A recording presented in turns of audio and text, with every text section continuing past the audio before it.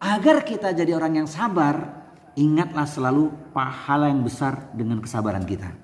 Jadi kalau kita dikasih janji itu kan kita semangat tuh. Sebab rugi kalau kita nggak sabar. Yang nggak sabar bubar hidupnya. Yang sabar akan menjadi penawar bagi kehidupannya. Makanya ingat selalu ketika diuji dengan apapun sabar saja. Terima ketentuan Allah. Dengan itu maka pahalanya besar. Ingat selalu rumusnya, ingin jadi orang sabar, balasan Allah pahala yang besar. Kedua, harus mengimani. Iman terhadap musibah itu sudah dituliskan. Dan Nabi mengatakan dalam hadis Tirmidzi untuk kita renungkan. Kata Rasulullah begini dalam hadis Tirmidzi itu, khalaqallahu kulla syai'in fakataba hayataha wa mautaha wa musibataha wa rizqaha. Bahwa segala sesuatu yang telah Allah ciptakan, Allah tuliskan 4 ketentuan. Pertama, kehidupannya. Kedua, kematiannya. Ketiga, musibah-musibahnya yang akan dialami dalam hidupnya atau ujian-ujiannya. Dan yang keempat adalah rizkinya. Jadi sudah ketentuan itu, kita nggak pernah tahu. Hidup sedang kita jalani. Ini memang kita masih diberikan umur, ajal belum tiba. Tapi bagi ibunda yang kemarin berpulang ke rahmatullah, itu ketentuan Allah, sudah sampai ajalnya. Kullu nafsin dha'iqatul maut. Yang paling penting itu kan akhir hayatnya, husnul khatimah. Asbab karena sakit yang dia derita. Dan itu ada hadisnya. Orang yang terkena wabah, termasuk yang hari ini virus corona itu, jalan syahid buat dia. Maka terima dengan ridho. Nah, itu yang paling penting. Nangis boleh, tapi nggak boleh meratap. Terus kuatkan doa. Kemudian setelah kita mengimani tadi ya, hidup dalam perjalanan kita sedang kita lalui, mati belum yang sesungguhnya bagi kita, kecuali kalau tidur, itu tidur mati sejenak namanya, bukan mati sebenarnya. Musibah sudah silih berganti dalam kehidupan kita. Nggak bisa kita ngitung lagi mana musibah hari ini, kemarin, seolah-olah hidup ini kok penuh musibah. Itulah ketentuan Allah. Kenapa? Karena Allah sayang kepada kita. May yuridillahu bihi khairan yusib minhu. Siapa yang Allah kehendaki kebaikan bagi dirinya, maka Allah pasti mencobanya. Itu betul. Coba perhatikan nih, ada orang tidak ibadah, bahkan ahli maksiat, tapi enjoy saja, dia tenang-tenang saja hidupnya. Nah, jangan ngiri sama itu. Itu namanya istidraj. Kita diuji dari waktu ke waktu dengan musibah, karena kita harus yakin kita sedang dicintai oleh Allah. Insya Allah kuat. Karena kita yakin musibah telah ditakar oleh Allah. Kita menghambakan diri kepada Allah Subhanahu wa ta'ala. Itu yang paling penting itu. Jadi musibah. Kemudian rizki. Waduh, kalau ngitung rizki, banyak Allah berikan rizki pada kita. Bahkan lewat arah yang gak disangka-sangka. Betul kan? Coba pingin ngitung rizki dari Allah. Bisa gak? Gak bisa.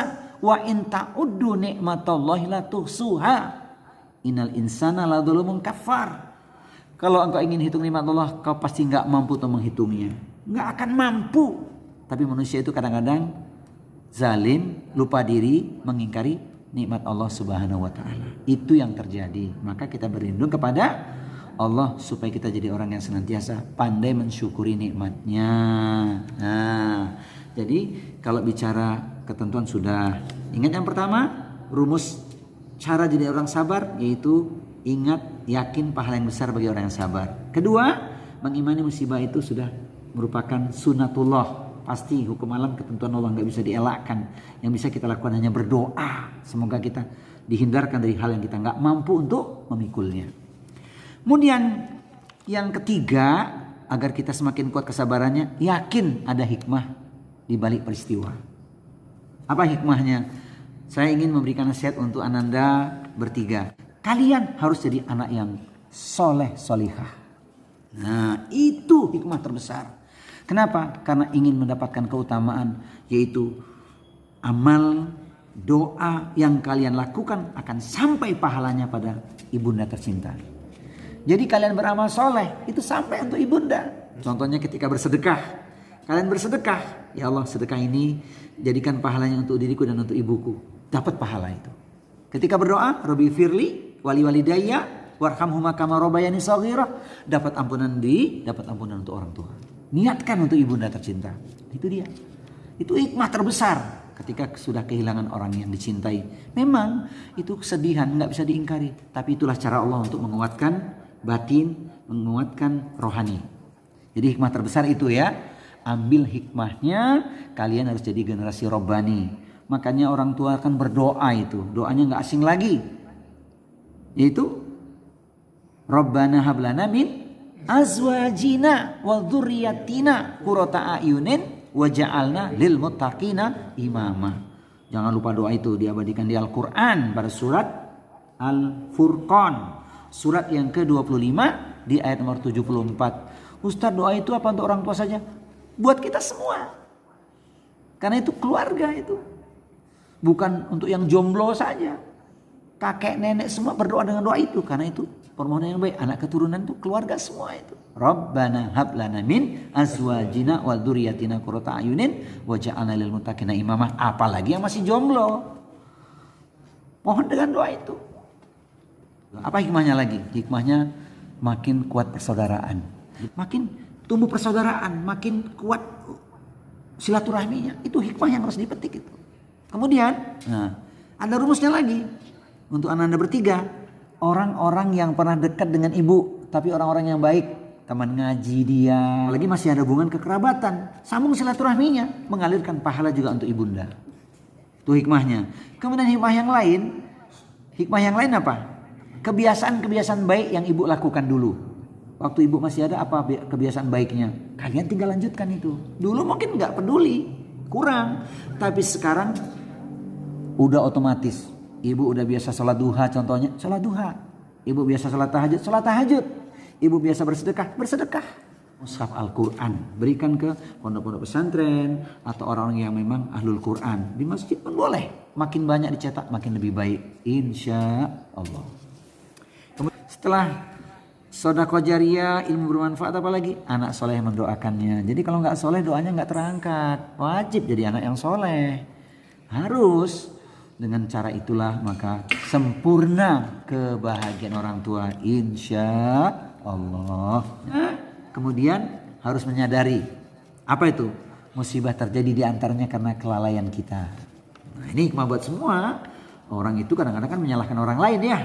Kita tidak menyalahkan siapapun, tapi menyalahkan diri kita sendiri. Suatu ketika musibah itu menimpa diri kita itu. Karena kita barangkali kurang dekat pada Allah. Makanya musibah karena dosa-dosa kita. Kalau hari ini negeri kita Indonesia diguncang dengan prahara corona sekian lama. Sementara di luar negeri sana orang sudah bisa main bola ya. Tidak pakai masker lagi. Allahu a'lam ya. Berarti kita harus ngambil hikmah dari situ. Mungkin kita banyak dosa. Harus banyak bertaubat nih. Dari paling tinggi sampai paling bawah. Dari pemimpin sama rakyat. Semua kita harus banyak bertaubat. Sebab taubat menyelamatkan kita. Itu hikmahnya. Menyadari kesalahan kita. Makanya betul ya, di Indonesia ini kan kita lihat itu. Banyak terjadi hal yang tidak diinginkan. Itu karena ulah tangan manusia. Contohnya apa? Hutan digunduli, ya kan? Itu contoh saja. Buang sampah sembarangan dan seterusnya. Saya tidak ungkapkan secara rinci. Allah ingatkan di Al-Quran itu. Wa ma asabakum min musibatin fabima kasabat aydikum wa ya'fu an katsir. Nah, itu dia. Masya Allah. Sesungguhnya yang terjadi demikian. Tidak ada satu musibah yang terjadi kecuali karena apa? Karena ulah tangan manusia sendiri. Tapi Allah banyak memaafkan kesalahan-kesalahan kita.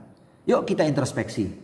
Berapa banyak kita berbuat dosa yang terlihat ataupun yang tersembunyi, yang kecil maupun yang besar, yang sengaja ataupun yang tidak kita sengaja. Pasti kita punya salah. Tapi Allah masih sayang kepada kita, diberikan kesempatan untuk bertaubat, beramal soleh. Coba kalau Allah tidak sayang kepada kita, waktu berbuat dosa langsung dihukum. Selesai sudah, kita udah gak ada di dunia ini. Itulah sayangnya Allah kepada kita. Ambil hikmah, ingin jadi orang yang sabar. Kiatnya adalah senantiasa introspeksi. Keburukan terjadi karena ulah kita sendiri. Dhaharal fasadu fil bari wal bahri bima kasabat aydinas.